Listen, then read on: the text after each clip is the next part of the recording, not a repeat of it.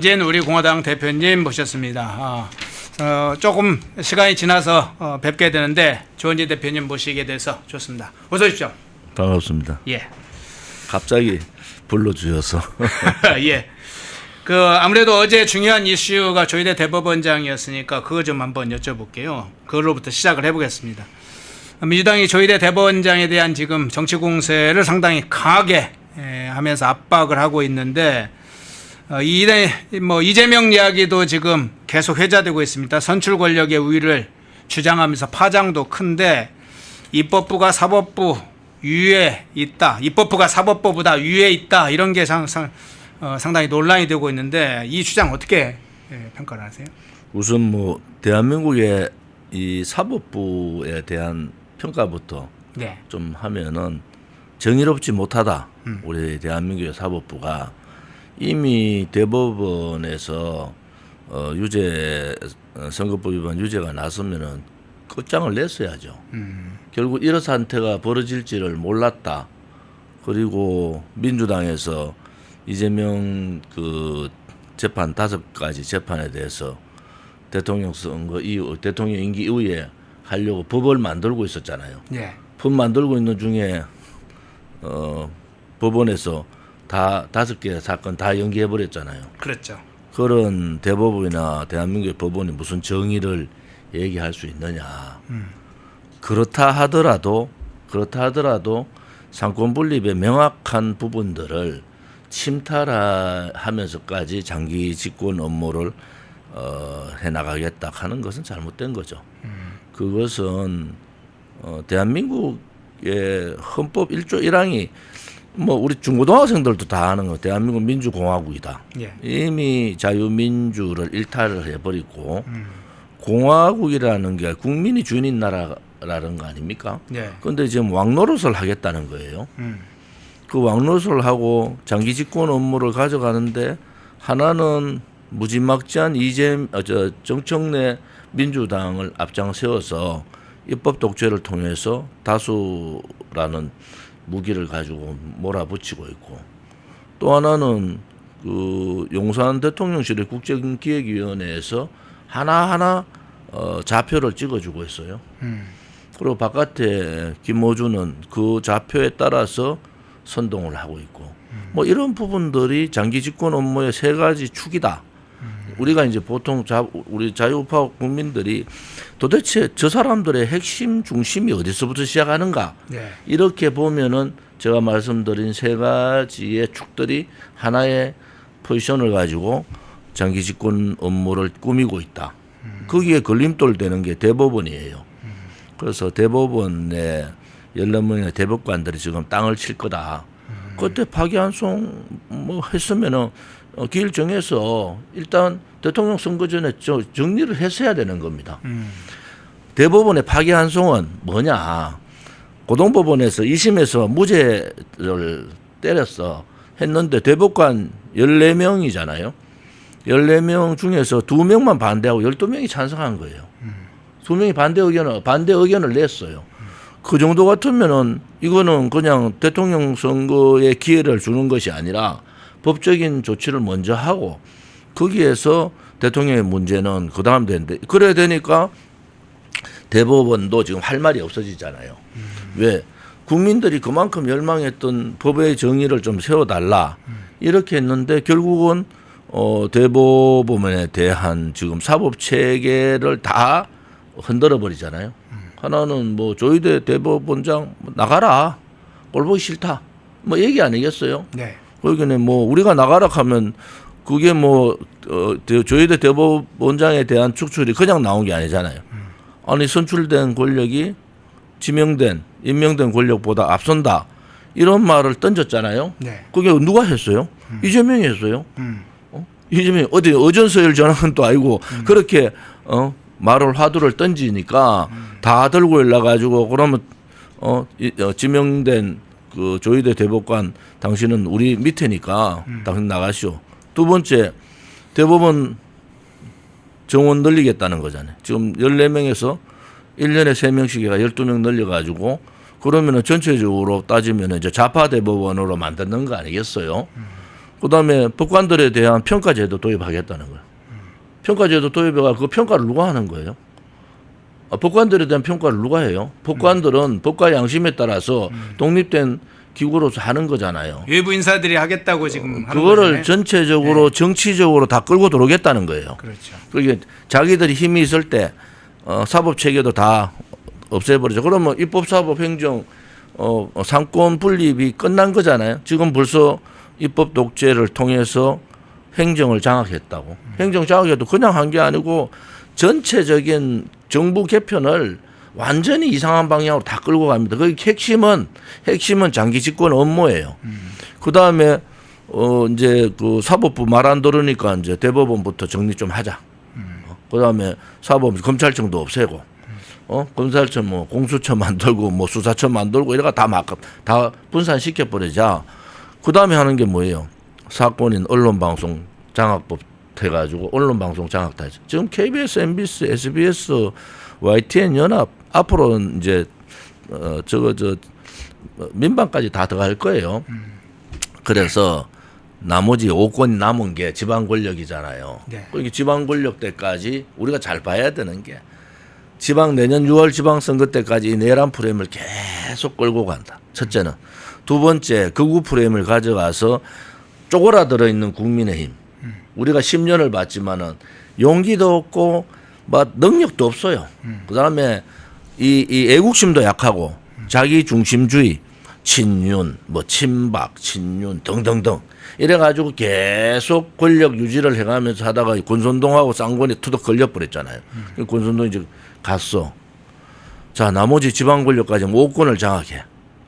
그러면은 이재명이 장기 집권 하기 싫어도요. 나팔수들이 너무 많아. 상황이 그렇게 몰고 가져가 보니까 결국은 장기 집권 체제로 자연스럽게 가버리게 된다. 그러면서 네. 지금 이재명 지지율이 뭐 한 60% 50% 가고 막 완전 실패한 관세 협상도 잘했다 하면서 국정기획위원회가 뭘 올려요? 개헌 카드를 탁 던지는 거예요. 네네. 지금 2025년 지금 오늘의 시점이 오늘 제가 간단하게 얘기했지만은 이 상황이다.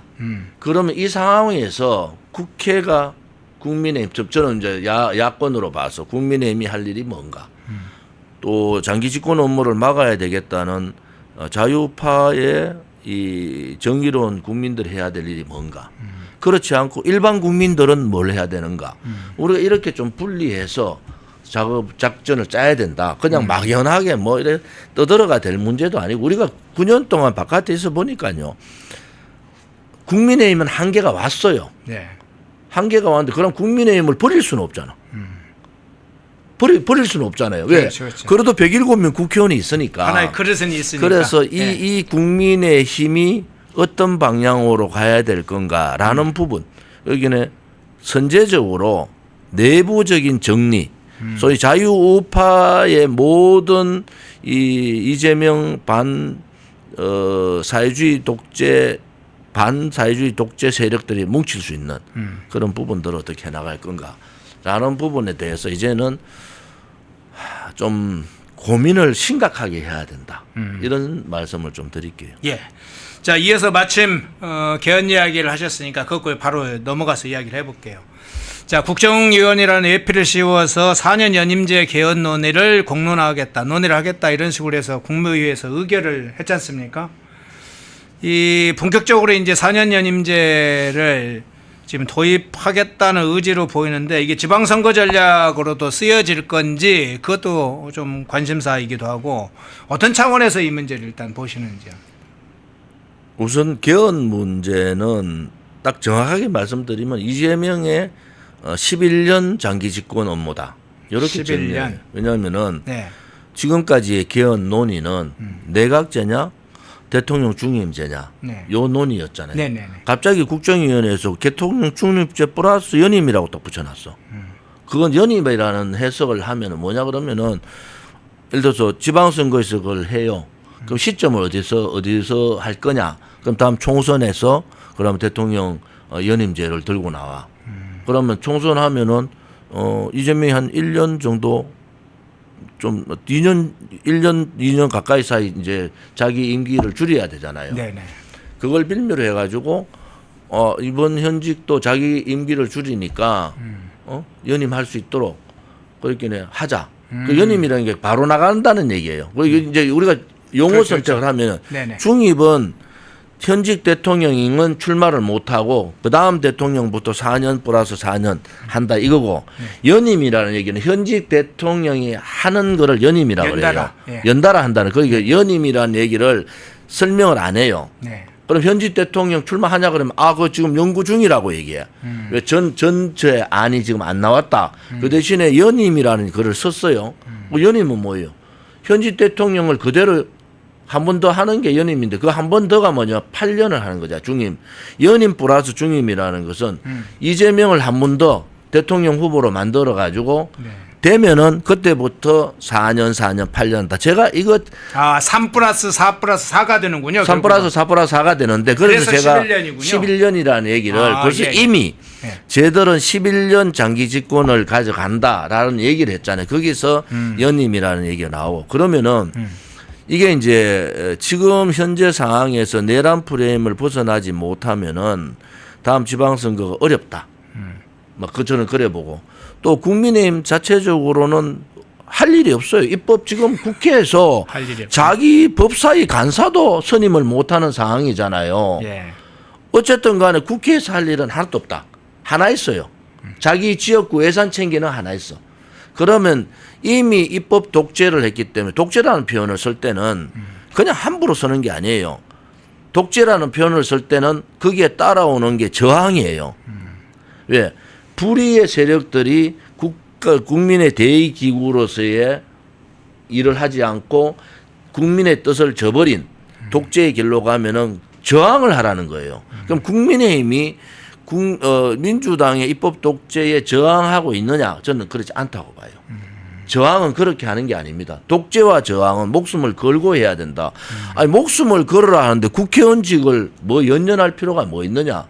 저항을 하려면은 지금 제가 그랬잖아요. 국민의힘이 국회에서 할 일이 하나도 없다. 그럼 국회의원직을 총사퇴하는 상황이 되더라도 해야 된다.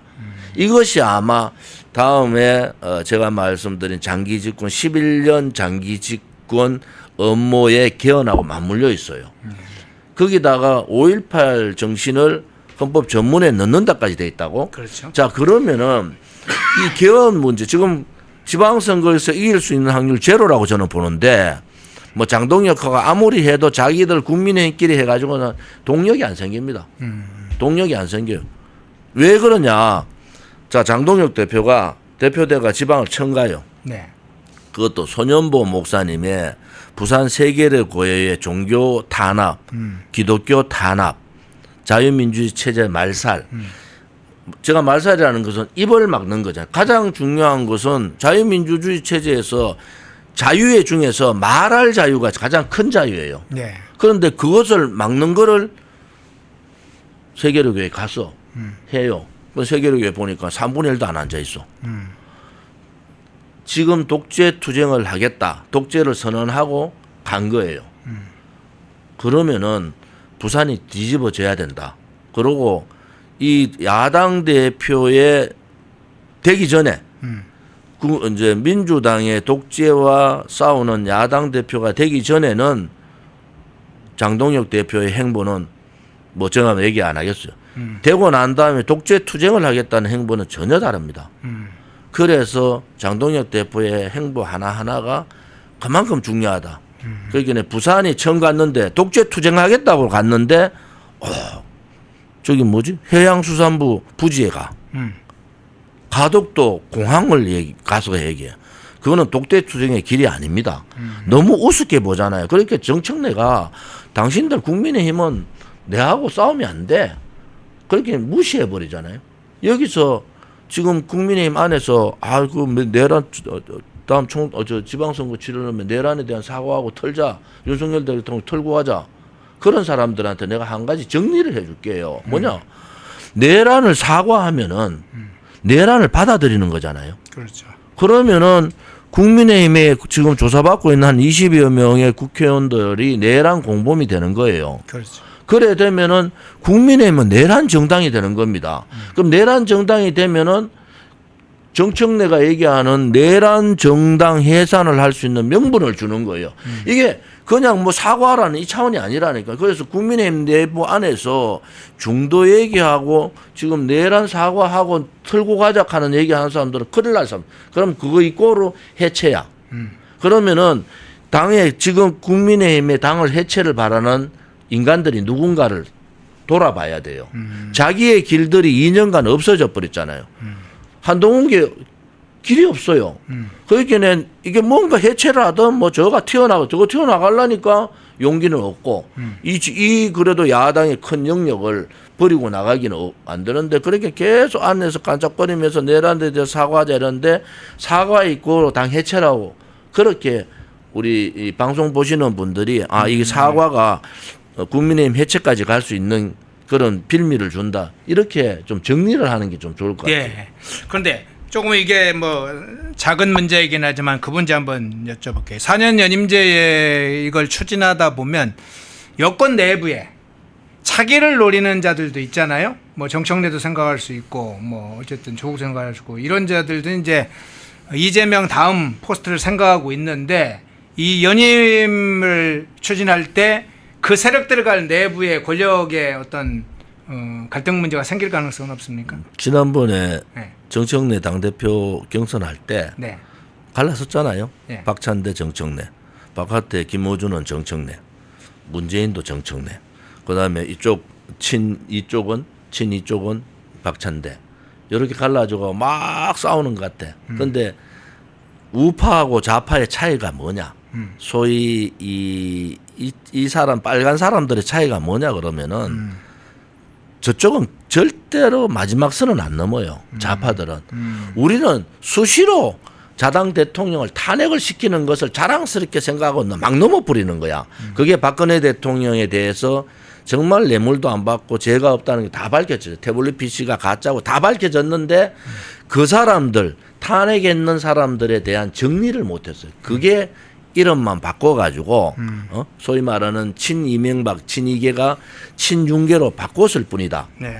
이제 우리가 깊이 반성을 해야 돼. 그러면 이번에 윤석열 대통령의 문제는 어떨까? 윤석열 대통령 계엄이라도 했잖아요.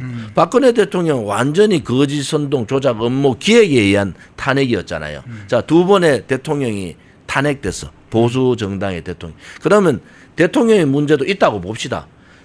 더 큰 문제는 뭐예요? 그 탄핵을 시킨 정당의 문제잖아요. 여기서부터 우리가 이제 봐야 돼. 그러면은 그 큰 문제를 가지고 있는 두 번의 대통령을 탄핵했는 정당의 구성원들이 아직도 자기들끼리 독식하고 자기들끼리 선거를 치르고 자기들끼리 이재명 정청래하고 싸우겠다. 저쪽은 상대로 보지도 않는데 싸움장이 나올 생각도 안 하는데 싸움장이 나오려면은 최소한도로 1,000만 명 정도 1,000만 명 정도의 국민이 주인이라는 목소리가 나와야 돼. 네. 너가 잘못하고 있어. 너 멋대로 하지 마. 대한민국의 주권은 국민으로부터 나오잖아요. 모든 주권은 국민에게 있고 모든 권력은 국민으로부터 나온다는 게 헌법 1조 1항을 위배한 이재명 정권한테 바로 이 자유우파 국민들이 바로 저항을 해야 되는 게 헌법 1조 2항이란 말이에요. 예. 그래서 그 2항에 있는 모든 권력은 국민으로부터 나오고 그것은 국민이 주인인 나라다. 대한민국은. 그래서 그런 부분을 우리가 좀 깨닫고 이제 저는 뭐 4개월 하면은 나라를 완전히 망칠 수도 있고 나라를 사회주의로 갈 수도 있고 입법 독재가 된 나라에서는 그게 충분히 가능하다. 경제도 완전히 망칠 수 때려보기 때문에 우리가 그런 부분에 있어서 과거에 박근혜 대통령 탄핵 이후에 문재인 때하고는 또 달라요.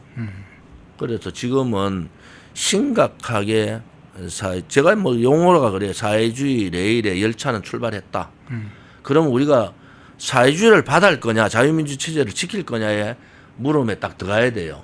그래서 자유민주주의 체제를 지켜야 되겠다는 국민들은 이제부터 깨달아야 된다.